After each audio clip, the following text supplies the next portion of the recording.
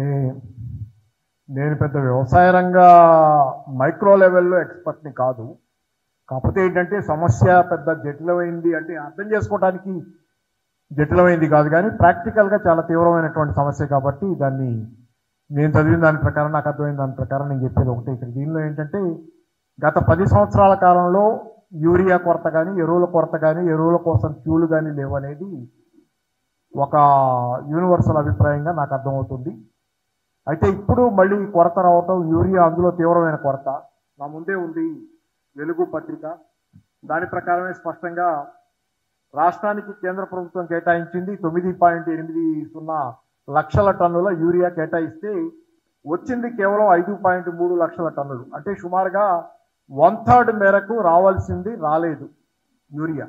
అంటే చాలా తీవ్రమైన కొరత. 1/3 అంటే 30% మేరకు, 30% పైన రావాల్సిన యూరియా, రాష్ట్రానికి కేటాయించబడ్డ యూరియా ఇప్పటికీ రాష్ట్రానికి చేరలేదనేది చెప్తున్నారు. సో ఇది చాలా తీవ్రమైనటువంటి సమస్య. కాబట్టి ఈ సమస్య పరిష్కారం సరే ఒకటి. రెండోది ఏంటంటే ఇక్కడ మీకు ఇంకా కొంతమంది ఏం మాట్లాడుతున్నారంటే ఈ సందర్భంలో మాట్లాడే మాటలు కావాలి, మామూలుగా నిజం ఉండొచ్చు. వాటిల్లో ఏమంటున్నారంటే రైతులు యూరియాని ఎక్కువగా వాడి పంట బాగా దిగుబడి వస్తుంది, అవసరానికి మించి వాడుతున్నారనే విమర్శలు ఈ సందర్భంలో కూడా కొంత పత్రికల్లో కొంతమంది రాస్తున్నారు. బహుశా అది నిజం కావచ్చు. యూరియా జనరల్గానే అవేర్నెస్, సైంటిఫిక్ ఇది థింకింగ్ తక్కువ ఉంది కాబట్టి అధికంగా వాడతారేమో. కానీ అసలు కేంద్ర ప్రభుత్వం ఇచ్చిందే ఇవ్వాల్సిందే ఇవ్వలేదన్నప్పుడు అసలు మేజర్ ఇష్యూ ఈరోజు ఏంటంటే కేంద్ర ప్రభుత్వం నుంచి రావాల్సింది రాలేదు, రాష్ట్ర ప్రభుత్వం తెచ్చుకోలేదు.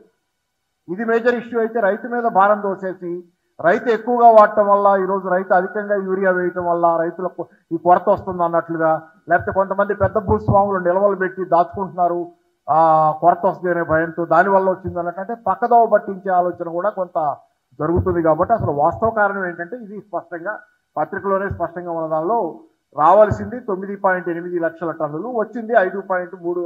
కాబట్టి కొరత అక్కడ మీకు స్పష్టంగా కనపడుతుంది. రైతు ఎక్కువ వాడటం వల్ల లేకపోతే ఎవరో నిల్వలు పెట్టడం వల్ల జరుగుతుంది అనేది ఏంటంటే సమస్యను పక్కదోవ పట్టించడం.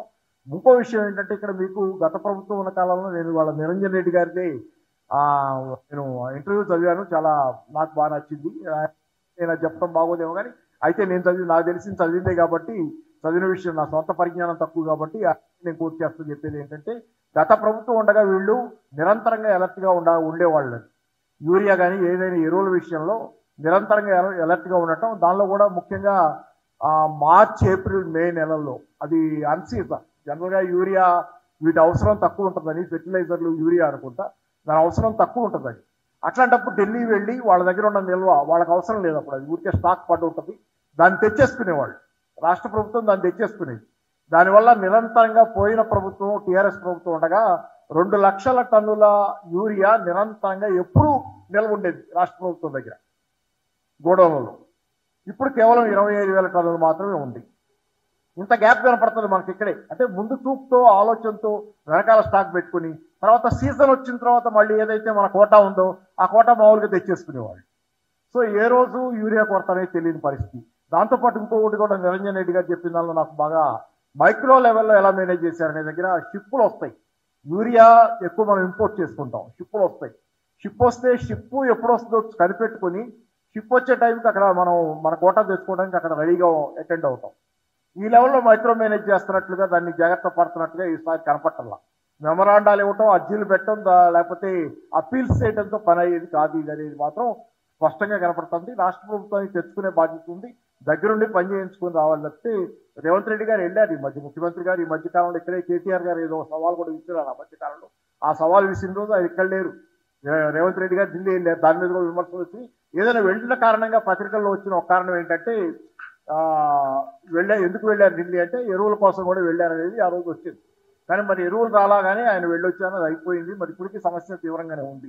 కాబట్టి ఏంటి ఈ సమస్య ఇలాగే ఉంటే కనుక వానలు, అతివానలు, ఈ నీళ్ల కొరత ఉంది, చాలా రకరకాల రైతుల ఇబ్బందులతో పాటు యూరియా కొరత కూడా. అంటే ఈరోజు వ్యవసాయం పూర్తిగా ఇంతకాలం గట్టెక్కిన వ్యవసాయం 10 ఏళ్ల పాటు కోలుకుంది, తెలంగాణ బ్రహ్మాండంగా నిలబడుతుంది అనుకున్న వ్యవసాయం మళ్ళీ దెబ్బతినకూడదు అనేది. తర్వాత చివరి ముఖ్యం ఏంటంటే దీనిలో కూడా దీనిలో సరే ఏదేమైనా ఏంటంటే యూరియా కొరత లాంటివి ఉండకూడదు. తర్వాత ఒక్క నిమిషం